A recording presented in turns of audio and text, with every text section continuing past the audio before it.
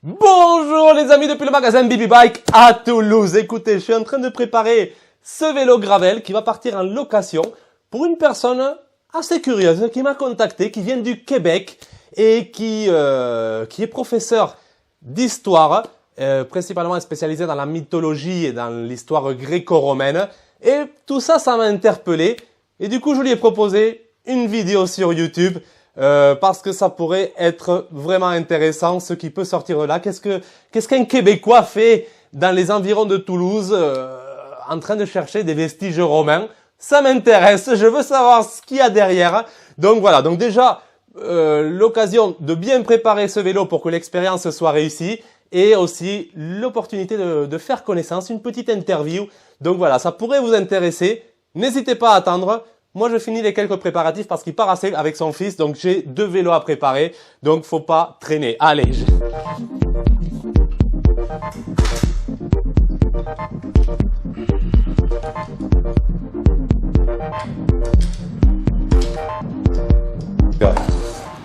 Mais merci d'abord d'avoir proposé cette interview.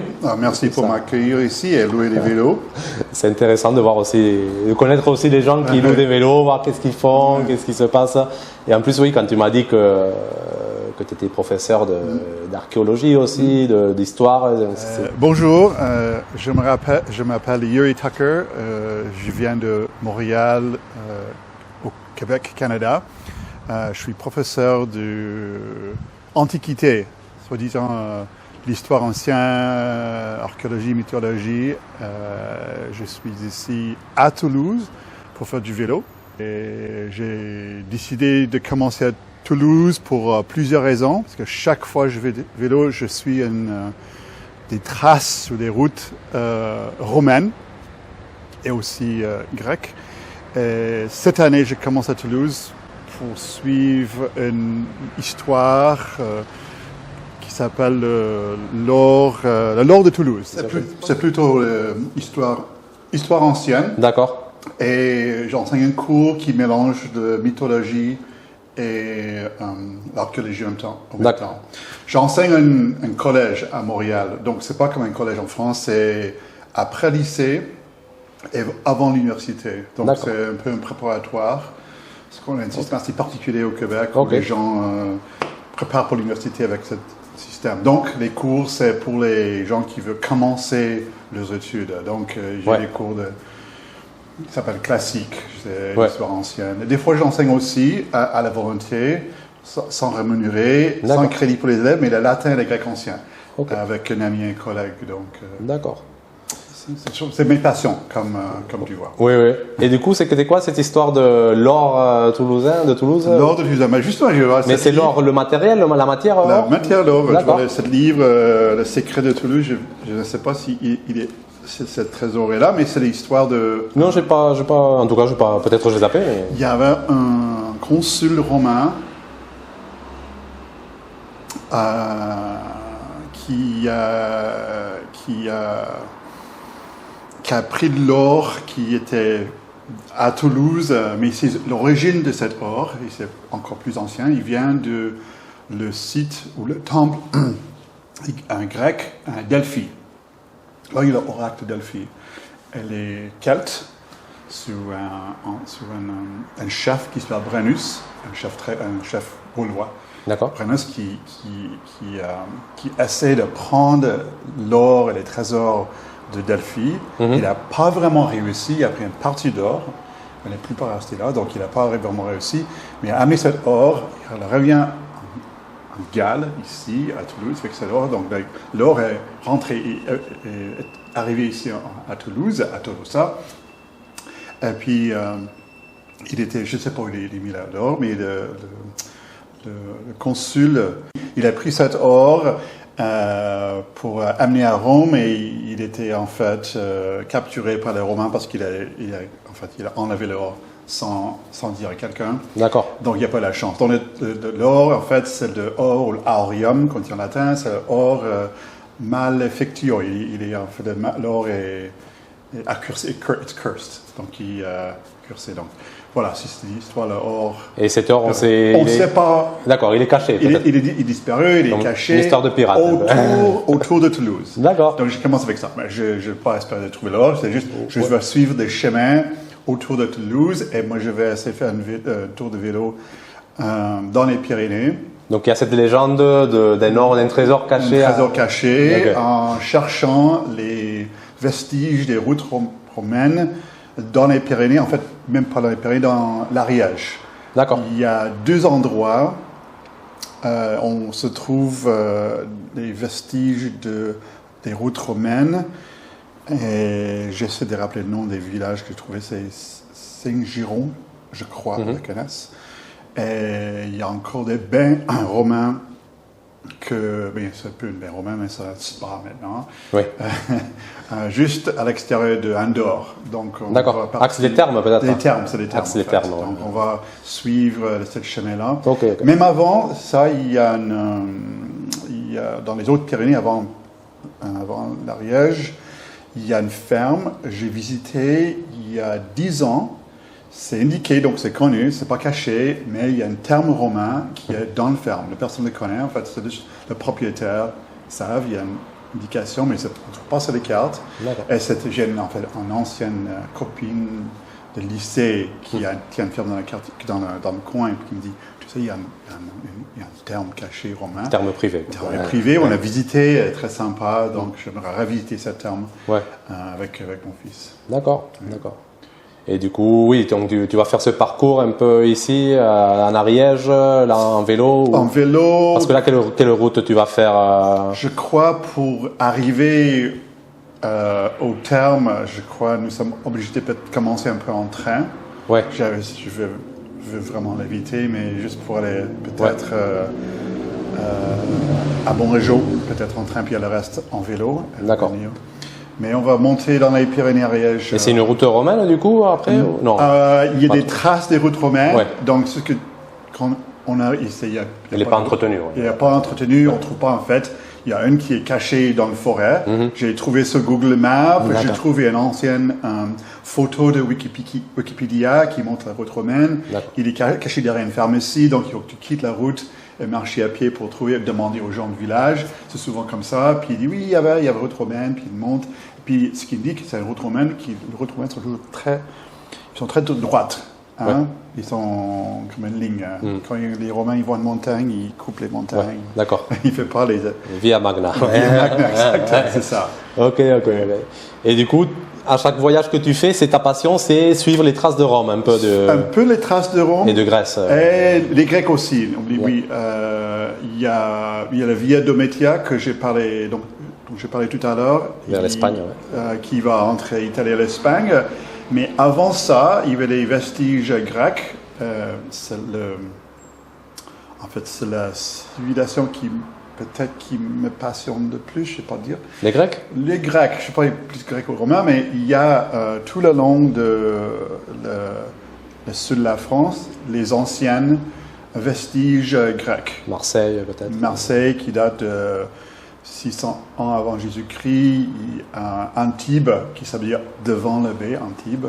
Nice, ça veut dire Nikkei, victoire. Monte Carlo, mais Monte Carlo c'est le nom, c'est français, mais ou italien, mais il y a tous ces villages. Agde, ça vient de Tarki, ça veut dire la chance. Donc toutes ces villes étaient à un moment donné, vient de la Grèce, la colonie de Grèce. Langue grecque, on va dire. Oui, les Grecs, oui. En fait, qui vient d'une ville, tous viennent de la même ville en Turquie maintenant. À l'époque, c'était grec. Une ville qui s'appelle Phokie, avec 2 à la fin.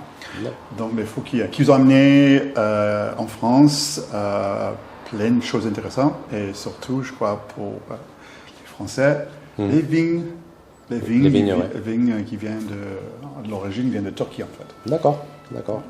Cultiver la vigne, ça. Oui, d'accord. Oui. Ok. Et en suivant cette route, je visite les vestiges il n'y a pas grand chose à voir, mais j'adore les ruines. Ouais. Même s'il n'y a pas de colonne, pas grand chose à voir. Il y a un bon exemple à l'extérieur de Narbonne, il y a un temple. Pas grand chose à voir. Ouais. Quelques pierres. Et c'est marqué Temple de Vénus. D'accord. Et donc, ça veut dire c'est romain. Mais ça doit être avant, ça doit être grec avant. Et pourquoi un temple de Vénus est là, juste à côté de la mer? La mer doit être plus à côté de ce village. Maintenant, le village à côté s'appelle Vendre. Je crois que c'est 20-30 km de Narbonne. Et pourquoi un temple de Vénus ou Aphrodite? C'est le temple de Vénus, mais c'est pour les navigateurs. Justement, l'amour. Ouais. Pour les gens évidents. Les marins ont toujours un amour, une amoureuse à chaque port. Le voyage, tout ça. Oui, c'est vrai. Et c'était justement la première fois, il y a des années, j'essaie de suivre la Via Domitia, qui était entre... À vélo toujours? En vélo toujours. D'accord. Puis on voit les vestiges de la Via à Narbonne, par exemple. On voit une bonne tranche, c'est dans le centre-ville. Mais il y a toujours... le mythe est toujours vivant. Ouais. Parce que quand tu descends la route nationale, j'oublie, c'est pas la 7, parce que ça vient nord au sud, la route nationale, j'ai vu les filles sur la route, et je l'ai vu, je pense qu'il y a un problème de voiture, mais c'est les prostituées. D'accord. On voit, c'est le temple de Vénus et ça qui entoure toujours ouais. Quand je suis arrivé à Narbonne, je suis allé au tu vis la mythologie en je direct. vois en réalité, parce que je suis arrivé au restaurant, et la serveuse, je lui demande pourquoi il y a autant de filles à la bord de la route. Mais elle m'a regardé, vous venez d'où? Je suis venu du Canada. Mais il me dit, c'est la route, c'est pour les camionneurs qui descendent en bas. Ça remplaçait les marins, peut-être. Les camionneurs remplacent les marins, justement. D'accord, ok. Ouais, c'est intéressant. Et cette passion, elle vient d'où Parce que tu es né au Québec, au Canada? Oui, très loin de les Greco-Romains. Ouais. C'est vrai.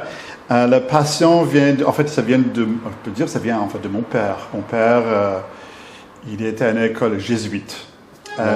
Et les écoles jésuites à l'époque... C'était en latin? Exactement. Et il y avait une année, mon père, qui était prof à l'université, il était prof de sciences politiques. Il a pris une année sabbatique et j'étais éduqué à la maison aux États-Unis. Et puis j'ai appris un peu de français de ma mère, la géométrie de ma mère, la poésie et la littérature de mon père et le latin de mon père. Donc c'était mon cursus scolaire pendant un an. Et pour une raison ou l'autre, j'ai adoré justement les livres. J'ai les lettres, j'ai impressionné. Donc quand je suis allé, on n'avait pas de latin au lycée, mais j'ai commencé comme le collège dont j'enseigne, et il y avait les cours de latin, les grecs anciens, j'ai appris tout de suite, et j'ai continué comme ça. Oui, et c'est venu petit à petit, l'intérêt à la culture, à l'origine. Oui. D'accord. Et même des années plus tard, après, j'ai continué les études en antiquité. Après avoir fini mes pré-études, mon bac, mon undergraduate à l'université, je suis tout de suite parti en Grèce pour être un prof d'anglais à Athènes. J'ai passé une année merveilleuse à Athènes. J'espère de retourner bientôt. Mais comme maintenant, en fait, j'ai une année sabbatique. Je suis toujours mes passions. En fait, je suis pas à Athènes, mais la ville plus grande, Constantinople, qui est maintenant Istanbul. Ouais. D'accord. Et donc, du coup, tu suis un peu l'histoire, le parcours romain, grec. Tu t'imprègnes de la culture dans la zone, dans la rue. Oui, toujours. Ok. Et à Rome, tu as été ou... Plusieurs fois. Ouais. J'ai visité la première route, la Via Appia, qui vient de Rome, qui va à Capua. C'est la première route créée pour les soldats. Il y a une guerre. C'était la première route. La première route à l'extérieur de Rome, c'est la route que j'aimerais faire. Ignatia. C'est la Via Ignatia. Ouais. Donc, c'est avant même la Via Domitia qui est en France. C'est la première route à l'extérieur de l'Italie. En fait, c'est une continuation de la Via Appia. La Via Appia qui va de Rome à Capua, à Brindisi. Tu prends le bateau pour aller à Durrës, Dyrrhachium, romain, mais Durrës, Albanie. D'accord. Et tu commences à Albanie, tu vas à l'époque Constantinople, maintenant Istanbul. Et puis, je ne sais pas quel sens que je vais faire. D'accord. Istanbul, Durrës, de Durrës. Et c'est quand que tu comptes faire ça? Soit l'automne ou printemps. Ok. Mais pas l'hiver. Il fait quand même froid l'hiver. Ouais, et le nord de la Grèce, il fait froid quand même. Et c'est montagneux. Ouais. Je suis pas peur de monter dans la montagne avec un vélo. J'ai déjà traversé les Pyrénées, et les Alpes en vélo. C'est pas ça. Mais quand il fait froid, il peut faire froid. Donc tu fais la route, tu observes le paysage, en quoi la culture s'est restée imprégnée? Oui, pour parler souvent se parler aux gens de la route romaine. Il y a toujours quelqu'un qui sait quelque chose, ouais. Qui a des vestiges, qui a un secret à te parler. Quelque chose qui a été transmis dans les locaux peut-être? Oui, mais bien sûr, bien même ici en France, une fois, j'ai rencontré un camionneur, je ne dis pas qui ou comment, parce que j'ai parlé de ma passion de la route romaine, et puis il dit, ah ben tiens, je peux te montrer la monnaie romaine. Il me dit, comment ça? Mais j'ai une collection de monnaie romaine. Mais il n'a pas le droit à faire ça, mais il y a une collection qui vient d'autour de Aqua Sextae, Aix-en-Provence.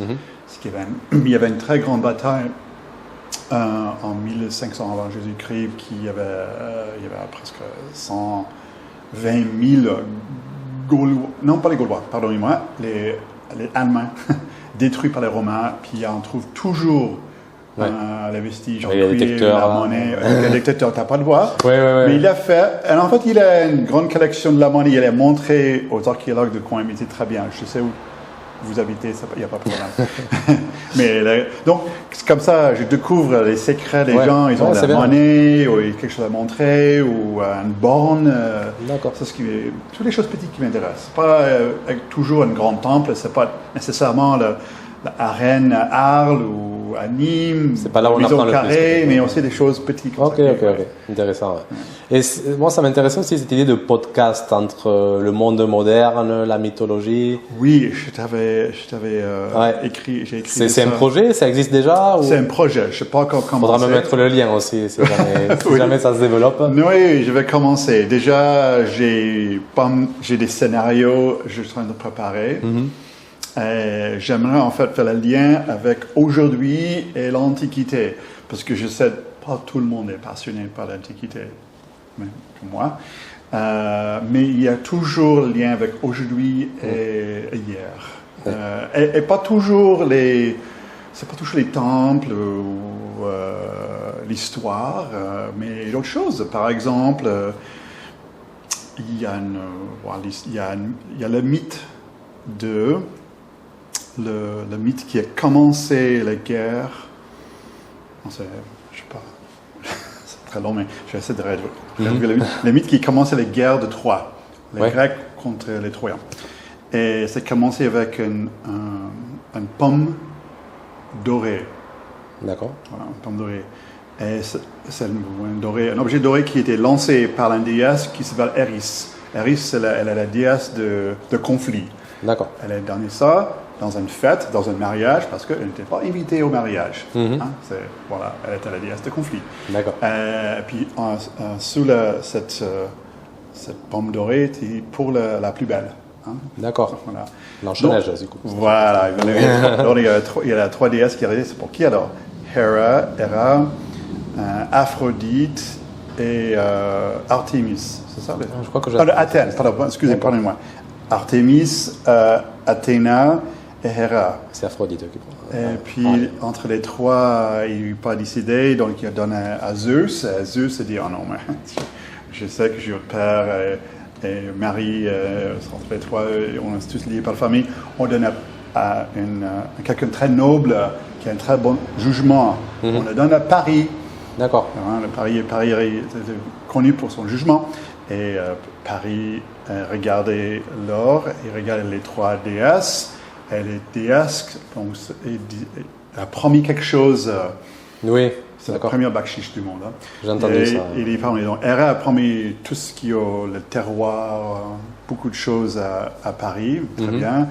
Et Athéna a donné la sagesse de guerre, comment gagner, la stratégie, parce qu'elle est la déesse de tout ça.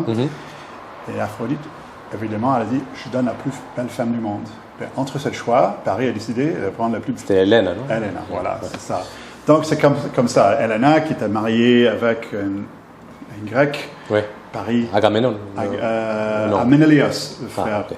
Agamemnon, c'était le chef de Ouais, guerre. c'est vrai. Et donc, Hélène était enlevée de Sparte à Troie, par Paris, qui vient de Troie. Donc, c'est pour les Grecs, ils ont décidé de conquérir Troie à cause de ça. Donc, Ouais. c'était la première. Bon, Donc ça, c'est la mythologie qui rentre dans Mais l'explication. qu'est-ce qu'il y a avec aujourd'hui? Donc, aujourd'hui, avec le temps, cette idée, l'objet, le pomme d'or, bon, c'est quoi les origines des pommes d'or? Il y a des pommes d'or qui viennent de l'ouest, les premières grandes arbres avec les pommes d'or, c'est Hesperides, c'est l'ouest, c'est entre l'Espagne et Maroc, c'est les piliers de Hercule. D'accord. Ça vient de là. Donc, le nom Hesperides était donné des années plus tard par le biologiste Carl Linnaeus qui a dit que bon, il donne le nom Hesperides à cette pomme, mais en fait, il donnait le nom à un orange et pas. C'est facile à mélanger. Ah d'accord. Donc pomme d'or, c'est une orange. Ah, voilà ce qu'il a dit. D'accord. Mais c'est pas vrai du tout. Il n'y a rien à voir parce qu'il n'y avait pas d'orange dans la Méditerranée avant. Les oranges viennent de la Chine. D'accord. À l'origine. Donc il y a ce mélange avec le. Donc je cherche les oranges en Turquie aujourd'hui, parce que là où je suis, et j'ai trouvé l'orange est l'endroit où je peux manger les meilleures oranges du monde. D'accord. Et tu vas te dire, mais comme qui décide, hein? Qui a décidé que c'est les meilleures oranges du monde? En fait, il y a un institut à Californie qui décide. C'est vrai, j'ai regardé, il y a un institut qui fait l'institut d'orange, un truc comme ça. D'accord. C'est une question de jus et c'est sucré, puis qui vient d'un endroit qui s'appelle Phénicie. Si on entend le nom Phénicie, c'est le nom de cette ville, c'est phonicien. D'accord. Donc les oranges, et puis c'est vrai, j'ai mangé des oranges de Phénicie, ils sont sucrés, ils sont vraiment les meilleurs oranges. D'accord. J'ai commencé, c'est un exemple, je vais commencer un podcast avec les jus d'orange, les oranges de Phénicie, visiter la ville sur la mer Égée, puis je vais retourner. Mais du coup, ces oranges, elles viennent de Chine, du coup, à l'époque. L'origine d'orange vient de la Chine. Donc à l'époque, il n'y avait pas d'orange. Non, si on suit les traces d'orange, ça vient de la Chine, ils suivent la voie, une autre voie, la voie de soie. Ah d'accord. Qui arrive avec cette époque, elles sont introduites. D'accord. Ouais, par les Arabes qu'ils ont amenés dans les pays comme Italie et Espagne aussi. Donc la pomme d'or, c'est un mythe en quelque sorte, Oui, qui a été avec les années. Qui est transformé un peu. D'accord, Ouais. d'accord. C'est un exemple. Je vais dans tous les podcasts. Ouais. Du coup, oui, et du coup, ce lien, et après, on le retrouve, oui, dans Walt Disney, partout, on retrouve Oui. beaucoup de choses. Les pommes de la blanche. Ouais. La Blanche-Neige, tu vois. Ouais, mais après, ça a aussi un lien biblique, peut-être aussi. Exactement, La pomme. voilà. Donc tout est relié à la fin, non? Oui, Tout oui, est... oui. Et justement, j'avais un livre ici, c'était l'histoire des mythes fondateurs, et on peut voir les liens qu'il peut y avoir entre. Ah oui, je vois, c'est Percy Jackson. Ça, Promet- c'est Méduse, capturé par Perseus. Je crois, ouais. Oui, Ouais, il avait coupé la tête de Méduse. il coupe la tête. Non, mais c'est surtout pour voir les liens qu'il peut y avoir entre des mythes qui sont plus anciens de ce qu'on croit et qu'à la fin ça relie le monde hébraïque, le monde romain. Ils sont tous liés. Ils sont tous liés, Ils sont ouais, tous liés. par des histoires très anciennes des fois. Et c'est intéressant.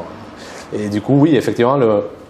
Donc c'est intéressant ce que tu me disais parce que tu suis un peu la voie, suivre la voie romaine, la voie un peu la source européenne peut-être même.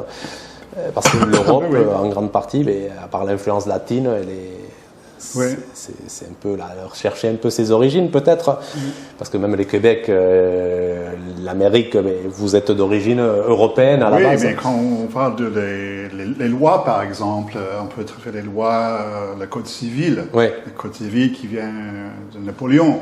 Et Napoléon, on va tracer jusqu'aux les premiers codes romains. Puis on va, oui. On peut aller plus loin, toujours ouais. aussi. Ouais. Donc c'est suivre un peu tous les chemins mènent à Rome, un peu. Comme Tous les chemins mènent à Rome, c'est ça, exactement ça. Et en fait, ils mènent où on veut, en quelque sorte. Oui. Comme cette histoire de l'orange, la personne a vu ce qu'elle a voulu voir et on peut mener tout où on veut. En quelque sorte. Ouais, c'est intéressant. Ouais. Et c'est quoi le but de ces recherches? C'est quoi le but ultime?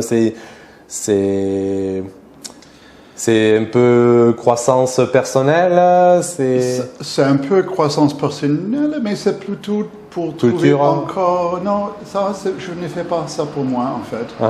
Je suis vraiment un enseignant, je le fais pour mes élèves. D'accord. J'aimerais transmettre à chaque fois l'histoire, les mythes, les légendes. Un professeur passionné par son métier. Quoi. Oui, je vais vraiment partager ça. Je sais que mes élèves adorent le cours j'enseigne. Et pour eux, c'est apprécié. Et puis, c'est toujours apprécié. Et c'est toujours important. Je sais que c'est pas toujours à la mode d'apprendre le latin, le grec ancien, tout ça, mais en fait, à la base, comme dont j'ai parlé tout à l'heure, les lois, les littératures, c'est notre base. Ouais. Parce que le latin, c'est vrai qu'à une époque, ça a été délégué à une élite, en quelque sorte, et le peuple n'avait pas accès au latin. Même les messes étaient en latin, les gens ne comprenaient pas grand-chose. C'était comme privé du savoir. Mais je ne suis pas prête, moi. Oui, non, mais je veux dire, c'est un peu rechercher le savoir, peut-être rechercher la trace de Rome, ou quelque chose qui existe. Moi, quand je suis allé à Madrid, par exemple, j'étais impressionné par le nombre d'images, de sculptures romaines, en quelque sorte. Il y a Cibeles, je ne sais pas si tu connais. C'est un peu la déesse de Madrid, on pourrait dire. Quand le parti gagne, le Real Madrid gagne, ils vont tous à la statue de Cibeles. C'est vrai. Comme pour remercier, en quelque sorte. Donc il y a encore un peu, d'une certaine façon, un hommage aux dieux, aux divinités un peu romaines, d'une certaine façon. J'ai trouvé justement, il n'y a pas très longtemps, je suis allé avec deux copains en Espagne. Un peu de voyage, c'était organisé par eux parce qu'ils et on était à Séville, puis on a loué des vélos pendant 2-3 jours, puis on a fait Séville à Cadiz, puis après nous avons descendu de la côte à une ville qui s'appelle Zahara de los Atunes. Zahara de los Atunes. Connu pour le thon. Justement, on arrive et c'était le festival de thon. Mais en faisant ce voyage, en traversant les champs où ils récoltent du sel, il y avait des champs avec du sel, et au milieu de la route pour le vélo, il y avait une statue de Melkart. C'est-à-dire, oui, je sais, Melkart, c'est le dieu phénicien pour Hercule. Hercule, il est passé par le sud de l'Espagne. Parce que là, le sud de l'Espagne, c'est le pilier d'Hercule. Donc j'étais un peu impressionné par Melkart, ou Hercule, au milieu de cette piste cyclable. Donc le mythe n'était pas perdu en Espagne. Non, c'est vrai. Ouais, en Espagne, j'ai eu cette impression. Même après à Toulouse, il y a des statues qui nous font penser à la Grèce et tout ça. Mais mais c'est assez incroyable de voir comme les mythes. Ce n'est pas une forme de psychologie humaine, tous ces dieux qu'ils avaient créés. Chaque dieu a un caractère. Oui, pour faire. C'est pas une façon de décrypter la psychologie humaine. Pour nous comprendre nous-mêmes, oui.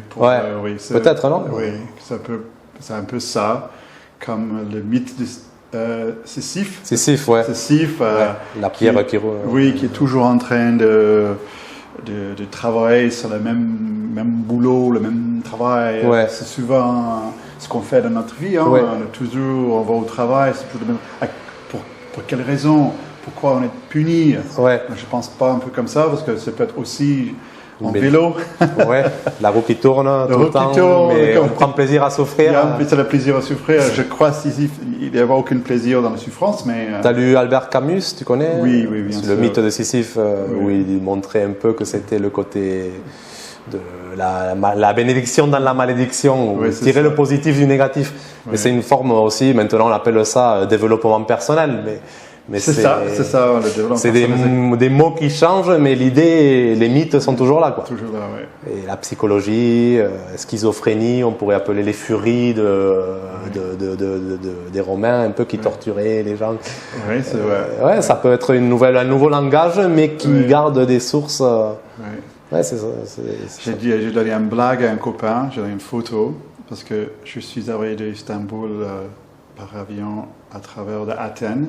Il y a un musée dans l'aéroport d'Athènes avec un sphinx. Et j'ai pris des photos, j'ai envoyé à mon collègue avec qui j'enseigne le latin. Et quand de temps en temps, j'ai posé quelqu'un qui roule à 1000 roues au début, 2 plus tard et 1000 à la fin. Donc ça c'était ce que c'était le Sphinx qui avait posé cette question à qui a. Alors la vraie question. La vraie question c'était l'homme. Voilà. La vraie question. Qui a commencé à l'aube avec ce 4 pattes, 2 l'après-midi et 3 à la fin. C'est l'homme, bébé, homme et un personnage avec une canne. Mais j'ai changé les mythes. Dit qui roule 1000 au début, 2 après, puis à la fin 1000 à la fin. Ben, c'est un cycliste qui prend le train au début, qui revient en train. Ok, d'accord. Ouais, c'est pas faux. Ouais. C'est intéressant. Ouais, c'est bien. C'est un mélange. Je dis en cercle, les cercles parce que c'est voilà. Et qu'est-ce que tu penses du coup de Rome? Elle a disparu vraiment ou elle existe encore? Elle existe encore toujours, même quand tu regardes les films. Mais Rome, c'est quoi? C'est plus ancien encore? Parce que Rome, elle existe, mais avant Rome, parce que l'histoire de Rome, c'était une louve. Romulus et... Ah, Romulus, et tu veux parler des mythes Romulus? Oui, l'origine de Rome, en quelque sorte. Mais la louve, j'ai entendu, tu me confirmeras si c'est vrai. Ouais. Loup, l'animal. Le loup, mais c'était une femelle, une louve. Oui. Apparemment, il y avait un lien avec prostituée, la louve. Est-ce que t'as entendu ça aussi? J'ai entendu ça. Il dit, c'est peut-être la ferme du berger qui a sauvé Romulus et Remus. Peut-être c'est une prostituée, ou c'est juste la femme, ou c'est un loup. Donc la prostituée qui donne à boire c'est cette image qu'ils boivent, ils têtent. Oui, c'est ça. C'est une image qu'on retrouve aussi dans la Bible, la prostituée qui donne la coupe, qu'on trouve dans la mythologie aussi, Circé à Ulysse qui offre la coupe, qui transforme en cochon. Voilà. Donc c'est des choses qui peuvent être intéressantes. De la prostitution naît un empire ou... Peut-être, oui. Est-ce que ça naît un empire? Je ne sais pas. Mais c'est le travail le plus ancien du monde. Ouais. Oui. Après, et même la déesse Aphrodite, on peut suivre ses origines jusqu'à l'Inde. En Inde, on trouve la même. Donc c'est un peu la plus ancienne. Tu veux dire que le bouddhisme et sont reliés un peu ou... Ouais, il y a une sorte de...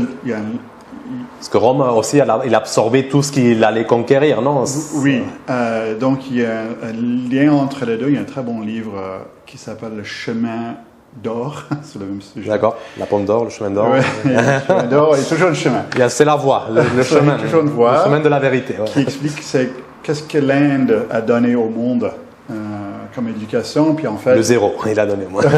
Le chiffre 0. Mais le bouddhisme, il y avait toujours un échange entre Rome et Grèce, entre les deux, on ne peut pas dire pays, mais deux régions du monde. Puis cette idée, les monastères les monastères qui sont perdus dans la montagne ou dans le désert, c'est aussi la même chose le bouddhiste. Donc il y a une impression, l'Inde a donné ça, l'isolement, la chrétienté, l'isolement et tout ça.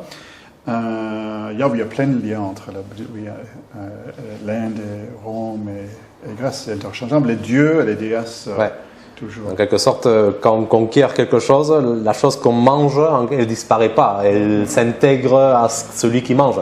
On est ce qu'on mange, c'est aussi ce qu'on dit. Donc à mesure qu'un empire grandit, et peut-être c'est ça ce qui le détruit en quelque sorte. Des fois, mais pas nécessairement conquérir, c'est juste une question d'échange, un empire, où il se transforme. Parce que Rome et Grèce, c'est très très proche, c'est la culture, non? Oui, bien sûr. Et puis le sud après la proximité aussi. Le sud d'Italie était Gracia Magna, donc c'était Magna Gracia, pardon, et c'était la Grèce, le sud de l'Italie.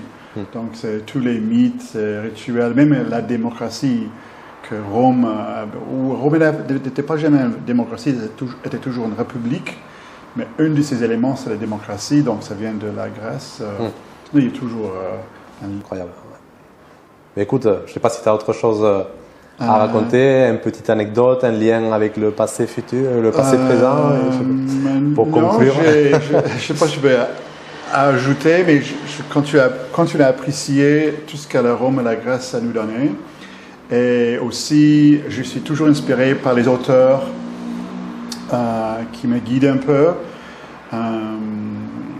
Par exemple, il y a un grand académique, Jacqueline de Romalie, que j'aime beaucoup. Elle a écrit beaucoup de livres connus par les Français. J'ai pas mal à la maison, j'ai beaucoup aimé. Je me souviens, elle a écrit quelque part, j'ai oublié quel livre, qu'est-ce qu'elle a dit, que nos origines, tout ce que nous savons aujourd'hui de l'histoire, de raison, de l'humanité vient de la Grèce. D'accord. Et donc, c'est pour ça que je suis toujours passionné par les Grecs et aussi par les Romains. Et cette image, pour finir, peut-être la Marianne française. Est-ce qu'il n'y a pas un lien avec les seins à la vue, avec la louve Est-ce qu'il n'y a pas un lien mythologique, peut-être Un lien, peut-être c'est l'Aphrodite mélangée avec Athéna. D'accord. C'est intéressant. Ouais. Parce qu'il y a un petit aussi côté avec la justice aussi. La justice, c'était quelle déesse ou c'est quoi qui a inspiré l'image Il y a Thémis, mais je crois que la Marianne, elle est plutôt Athéna. D'accord. Parce qu'elle a toujours une stratégie, elle est gérante, les gens le suivent. Donc, ok. Ouais. D'accord. Bon, mais écoute, merci beaucoup. Merci Robin pour... dans la vidéo, tu mettras peut-être, si un jour tu fais le podcast, tu nous mettras le lien. Oui. Ceux à qui ça peut intéresser. Oui, bien sûr. Ça peut être génial. On fait un échange. Voilà. Donc voilà, si vous voulez louer un vélo, un gravel, un BB Bike. Oui, j'y reviens surtout.